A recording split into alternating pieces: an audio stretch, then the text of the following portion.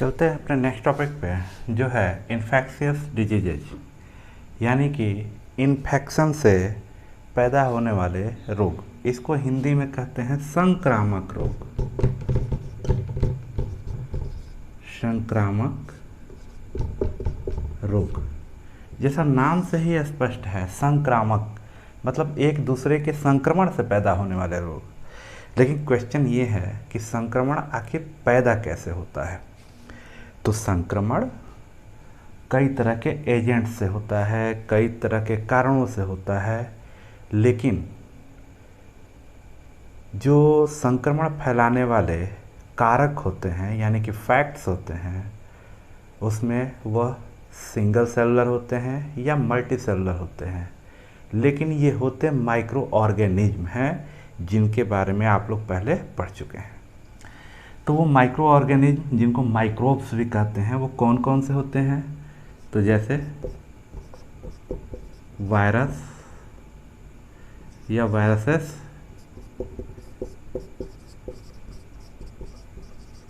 Bacteria, fungi,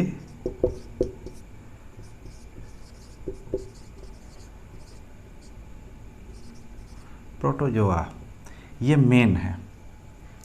virus, bacteria, fungi, protozoa. अब इनमें से बहुत सारे, सबका नाम तो आप लोग जानते ही होंगे। इसमें से जैसे वायरस है, तो वायरस के कारण कॉमन रोग हम लोग जो जानते हैं, कॉमन मतलब इसलिए कहा जाता है कि वेल नोन है, सब लोग जानते हैं, एड्स या फिर एंथ्रेक्स।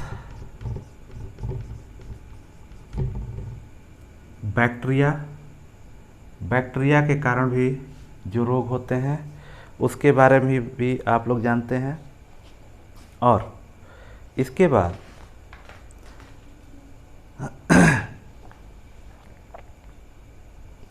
फंगी और प्रोटोजोआ।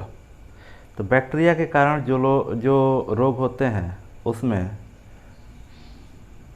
Cholera,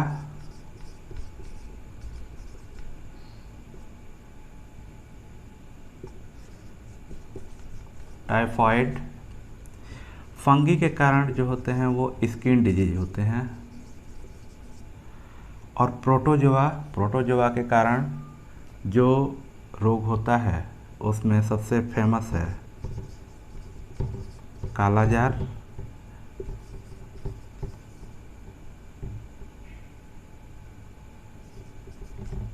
malaria. यह जो इतने रोग दिए जा रहे हैं वायरस, बैक्टीरिया, फंगी और प्रोटोजोआ के कारण होते हैं।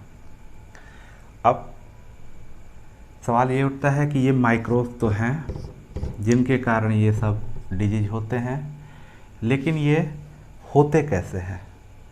सबसे पहली बात है कि ये होते कैसे हैं और कैसे ये फैलते हैं और क्या क्या करते हैं ये हमारे शरीर में जाके। तो सबसे बड़ी बात है कि जैसे ये इन माइक्रोब्स के कारण ये रोग होते हैं। जैसे ये वायरस है, जब शरीर में जाता है, जैसे एड्स का वायरस है, यह जब शरीर में जाता है तो यह ब्लड के थ्रू या फिर लिम्फ के थ्रू, यह जो है इन दोनों पे ही अटैक करता है। ब्लड में रेड ब्लड सेल्स को कम करता है और लिम्फेटिक सिस्टम को भी, मतलब कुल मिला के हमारे इम्यून सिस्टम को बहुत ही कमज़ोर कर देता है। यहाँ पे ये कॉलरा और टाइफाइड है, यह जो है लीवर पे अटैक करता है और हमारे डाइजेस्टिव सिस्टम और उससे जुड़ी समस्याओं को पैदा करता है। स्किन डिजीज फंगी कारण होता है। जैसे देखेंगे कि बरसात के दिनों में हमारे उंगलियों के पोर्स में, पैरों की उंगलियों के पोर्स में या फिर मुंह पे या फिर कहीं पे शरीर पे राउंड राउंड पैचेज, धब्बे पड़ जाना, ये फंगी होता है, फंगी के कारण होता है। फिर प्रोटोजोआ, इसके कारण ये जो कालाजार और मलेरिया होता है, जो हमारे ब्लड प्रेशर को भी कम कर देता है, प्लस वाइट ब्लड सेल्स को पूरा कम कर देता है और हाई फीवर आने लगता है। तो इस तरह से ये हमारे शरीर में जाके विभिन्न अंगों को प्रभावित करते हैं, जिससे हमारा शरीर कमज़ोर हो जाता है।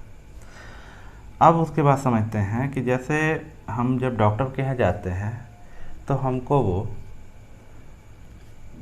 एंटीबायोटिक देता है, लेकिन कुछ लोग अपने से डॉक्टर बन जाते हैं और भूल के सभी चीज़ों में एंटीबायोटिक का यूज करने लगते हैं, जो बहुत ही ख़तरनाक है। जैसे वायरस के लिए एंटीबायोटिक काम नहीं करता है, वो वायरल इन्फेक्शन की दवा दी जाती है। सपोज दैट आज जैसा जो वायरस फैला है कोविड, तो उसके लिए एंटीबायोटिक ये काम नहीं करेगी, वो बैक्टीरियल इन्फेक्शन में काम करता है।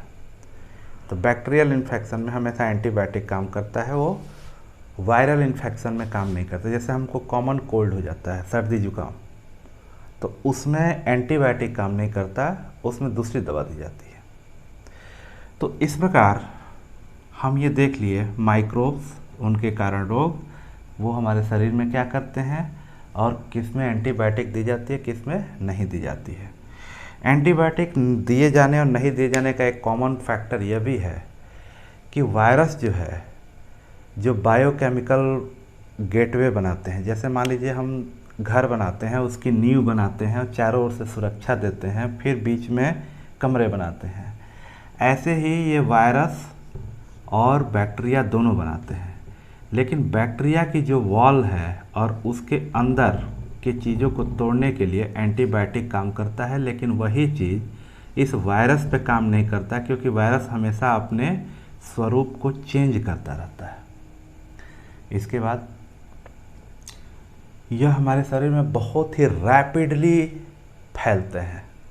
मतलब आज अगर एक वायरस एंटर किया तो वह जो है दिन भर में अपना लाखों वायरस तैयार कर लेगा, अपने से अपना वो डिवीज़न करके लाखों वायरस तैयार कर लेगा। तो इसलिए इसमें जो है हमको जो भी इन्फेक्शन या जो कुछ भी होता है, हमें तुरंत डॉक्टर से मिलना चाहिए और प्रिस्क्रिप्टेड मेडिसिन लेनी चाहिए, अपने से मेडिसिन नहीं लेनी चाहिए। इसके बाद है means of spread. Means of spread का मतलब होता है कि यह कैसे फैलते हैं।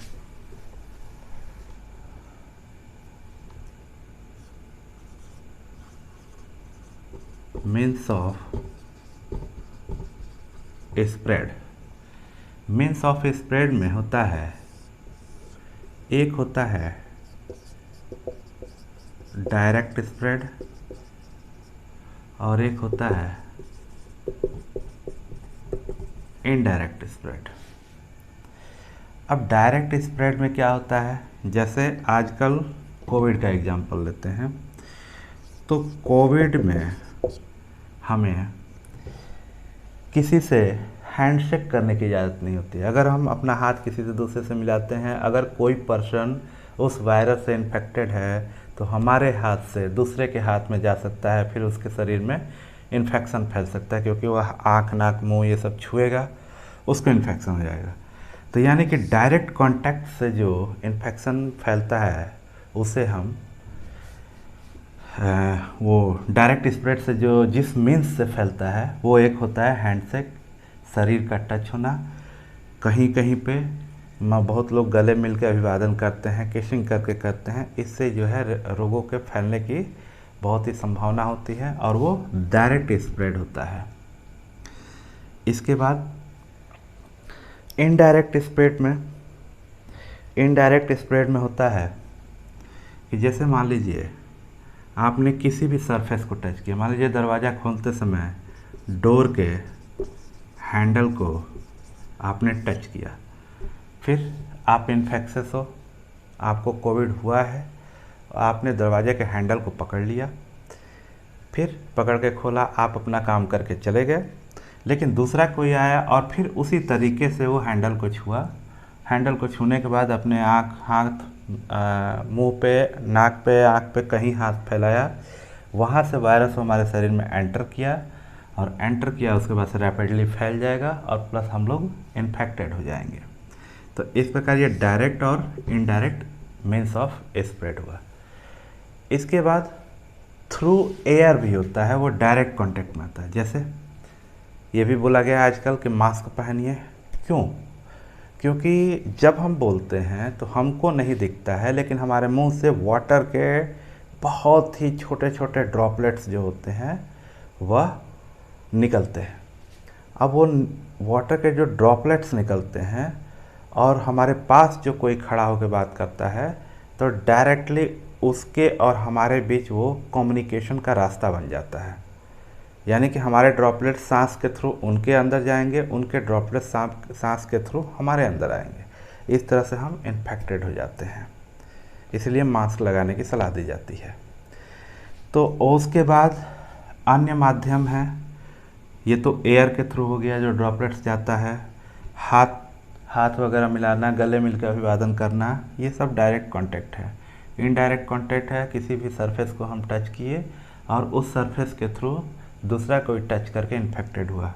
इसके बाद बाई एनिमल्स भी होता है। बाई एनिमल्स में कैसे? जैसे हाउस फ्लाई है या फिर मॉस्किटो है या फिर डॉग है।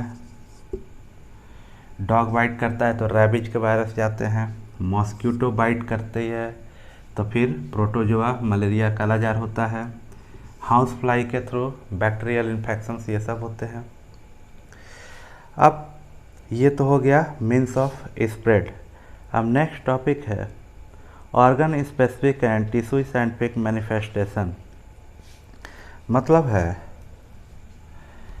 कि कैसे कैसे ऑर्गन्स के थ्रू हमारे मतलब किस ऑर्गन्स के थ्रू कौन सा रोग जैसे हमारे अंदर होता है। ऑर्गन्स मैनिफेस्टेशन लाइक दैट, अगर हम सांस ले रहे हैं, कहीं ऐसी जगह गए जहाँ कम्युनिटी हाइजीन का कोई ख्याल नहीं है, हम सांस ले रहे हैं, अगर मुंह के थ्रू हम सांस लिए, नोज के थ्रू सांस लिए, वह एयर डायरेक्ट हमारे लंग्स में गई और लंग्स को इन्फेक्टेड कर दी। वो नोज के थ्रू गया और लंग्स को इन्फेक्टेड कर दिया। या फिर हम कहीं गए या अपने घर में रहे और कंटामिनेटेड वाटर पी रहे हैं। कंटामिनेटेड वाटर का मतलब होता है प्रदूषित जल। अगर हम प्रदूषित जल पी लिए और लगातार पीते रहे तो फिर हमको टाइफाइड या फिर जॉइंडिस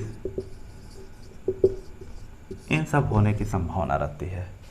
ये जो है टाइफाइड और जॉइंडिस लीवर इसको अफेक्ट बहुत जल्दी करता है और इसके फलस्वरूप पूरा शरीर हमारा वीक हो जाता है।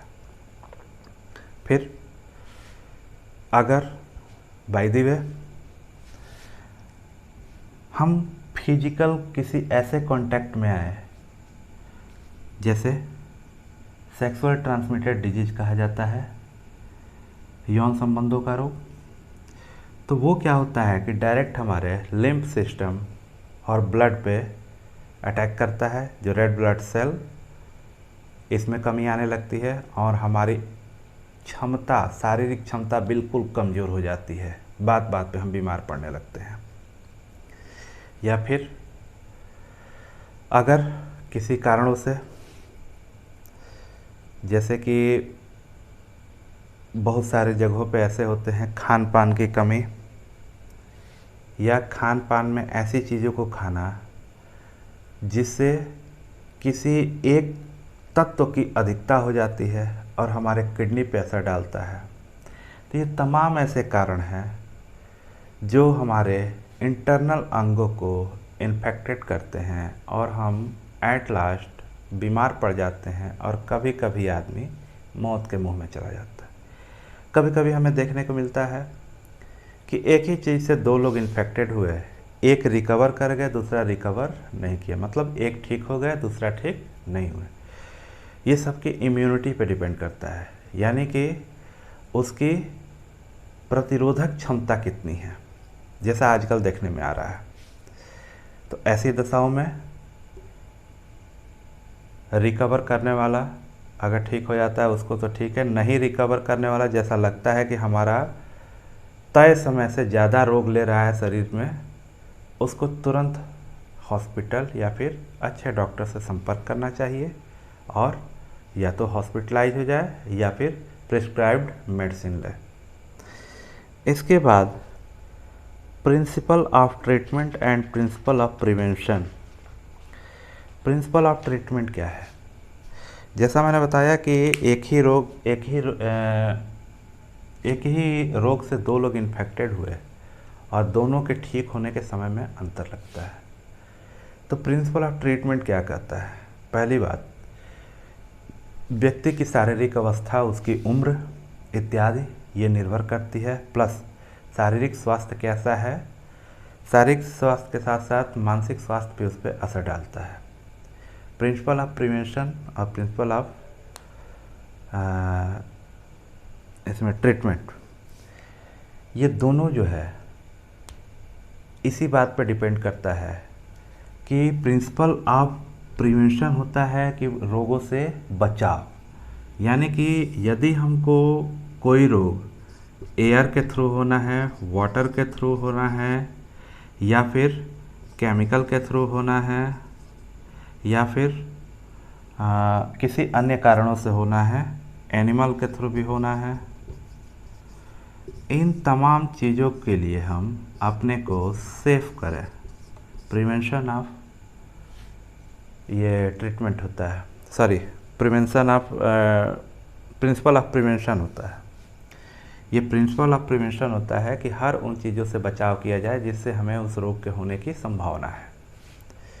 जैसे अगर बाय द वे कोई हमारे घर में रोगी हो ही, तो रोगी से प्यार है, रोग से प्यार नहीं है, तो उसको उस टाइप से ट्रीटमेंट देना चाहिए। जैसे मान लीजिए बाय द वे कोई ट्यूबरक्लोसिस का रोगी है, टीबी का, और हम जानते हैं कि टीबी जो है, ट्यूबरक्लोसिस, वो इन्फेक्शियस डिजीज में आता है, यानी कि वो संक्रामक रोग है, एक दूसरे के कांटेक्ट में रहने से फैल सकता है। तो उसको ऐसे ट्रीटमेंट देनी चाहिए, उसकी देखभाल ज़रूरी है, लेकिन उससे थोड़ी दूरी बना के, हाइजीनिक पर्पज, साफ़ सफाई रख के, ये सब करके। तो ये प्रिंसिपल ऑफ प्रिवेंशन में आता है। और प्रिंसिपल ऑफ ट्रीटमेंट में आता है कि एंटी वायरल ड्रग्स या फिर एंटी बैक्टीरियल ड्रग्स या फिर प्रोटोजोआ का वो जो है, यानी कि प्रॉपर ट्रीटमेंट एक अच्छे प्रिस्क्राइब्ड उससे डॉक्टर से लेनी चाहिए। सबसे पहली बात है कि अगर हमें कोई डिजीज हो गया है तो सबसे पहले उस डिजीज को आइडेंटिफाई करना। आइडेंटिफाई ये करना कि आखिर वो वायरस से है, बैक्टीरिया से है, प्रोटोजोआ से है, फंगी से है, किस चीज़ से है। सबसे पहले अगर हम माइक्रोब्स को पकड़ लेंगे, फिर जब माइक्रोब्स पकड़ा जाएगा तो माइक्रोब्स की दवाएं जो हैं वो अलग अलग कैटेगरीज में हैं, यानी कि हमारा क्लासिफिकेशन जब यहाँ से हो गया, अब इसके बाद हम फर्दर क्लासिफिकेशंस में और जाते हैं कि हमें कौन सी दवा लेनी है, प्लस डॉक्टर हमारे स्थिति को देखते हुए प्रिस्क्राइब करता है। हमें क्या खाना है उसके अनुसार हम वो देखते हैं, हमें कैसे रहना है, हमें कितना रेस्ट करना है, ये सारी चीज़ें उस पर डिपेंड करती हैं। तो इस प्रकार यह चैप्टर ख़त्म हुआ। फिर नेक्स्ट चैप्टर अगले वीडियो में।